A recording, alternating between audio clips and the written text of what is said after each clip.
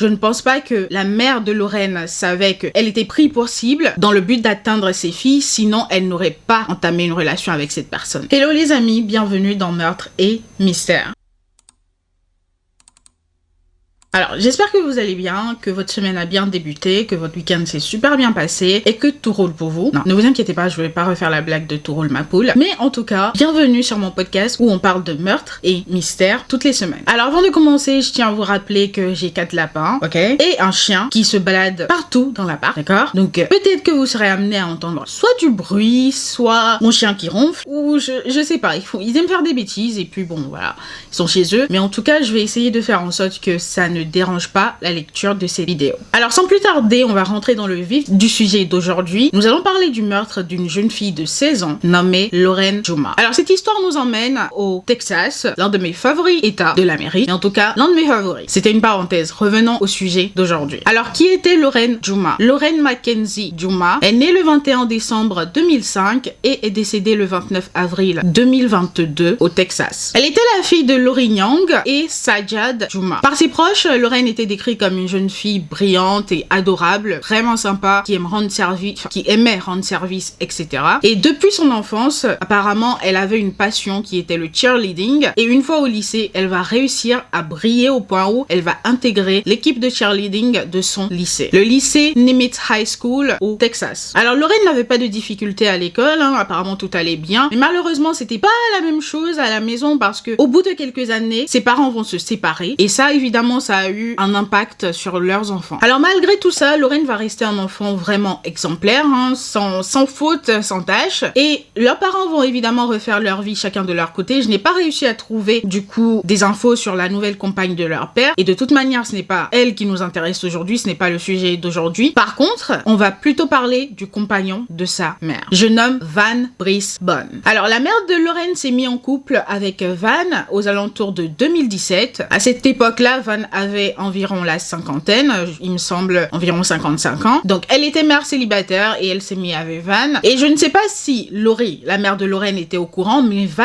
avait un casier judiciaire long comme le bras, littéralement. Il avait été condamné à gauche à droite pour des délits, des crimes, mais en tout cas son casier judiciaire était bien rempli. Ce que Lori ignorait, en tout cas à mon avis, c'est le fait qu'elle ne savait pas que Van, comme les prédateurs ont l'habitude de faire, c'est de cibler les mères célibataires pour soit atteindre leur enfant, que ce soit un garçon ou une fille, mais en tout cas, ils font semblant de se mettre en couple avec le parent pour pouvoir avoir accès à leurs enfants. C'est quelque chose qui s'est déjà produit beaucoup de fois, qui revient souvent, donc c'est pas nouveau. Mais en tout cas, je ne pense pas que la mère de Lorraine savait qu'elle était prise pour cible dans le but d'atteindre ses filles, sinon elle n'aurait pas entamé une relation avec cette personne. Enfin, j'espère en tout cas. Donc faut savoir que Lorraine avait 11 ans quand sa mère s'est mise en couple avec Van et sa grande sœur avait 14 ans. Alors pendant 5 ans, les 5 années de la relation de Lori et Van vont durer. On ne sait pas si Van a fait des tentatives d'attouchement sur les deux filles de Lori. En tout cas, il aurait pu le faire quand les filles dormaient aussi, hein. Donc, Pellico, vous vous rappelez. Donc, on ignore s'il a touché aux filles pendant ces 5 années-là, ou si il avait accès à des chaînes Telegram sur lesquelles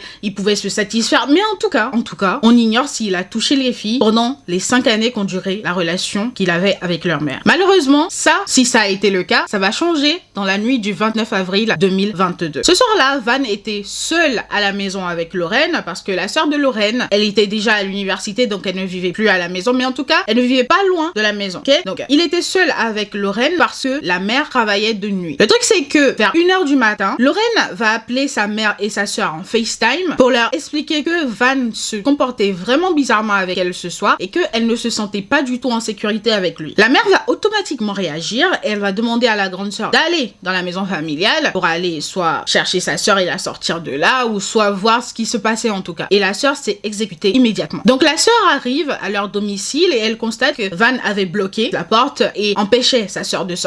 Et là, Lorraine va crier à sa sœur qu'il est armé et me menace. Et ça va mener la sœur à contacter la police. La police ne va pas tarder à arriver quand même, mais en tout cas, le temps que la police arrive, Van a tiré sur Lorraine et l'a touchée mortellement. Donc la police arrive, il défonce la porte et puis qu'est-ce qu'il voit? Il voit Lorraine allongée. Elle était touchée mortellement, elle était déjà morte. Et c'est à ce moment-là que Van remonte sa culotte et son pantalon et ils vont voir que la jeune fille, son pantalon et sa culotte étaient baissés. Donc en fait, faut pas être Einstein pour comprendre ce qui s'est passé. Donc à l'arrivée de la police, Van va se laisser menotter, il va se laisser faire totalement et ils vont l'emmener au poste où les gens étaient révoltés. Le procureur ne va pas tarder dès le lendemain, enfin pas le lendemain, enfin dès le matin même du coup, va l'inculper pour homicide. Et entre-temps, une autopsie a été réalisée sur le corps de Lorraine et ça a prouvé tout simplement qu'elle est bien décédée après avoir été touchée mortellement par une balle. Mais en plus de ça, qu'il y avait eu une tentative de viol sur Lorraine. Alors, suite à ça, Van sera présenté au juge et le juge va fixer le montant de sa caution à $1 million.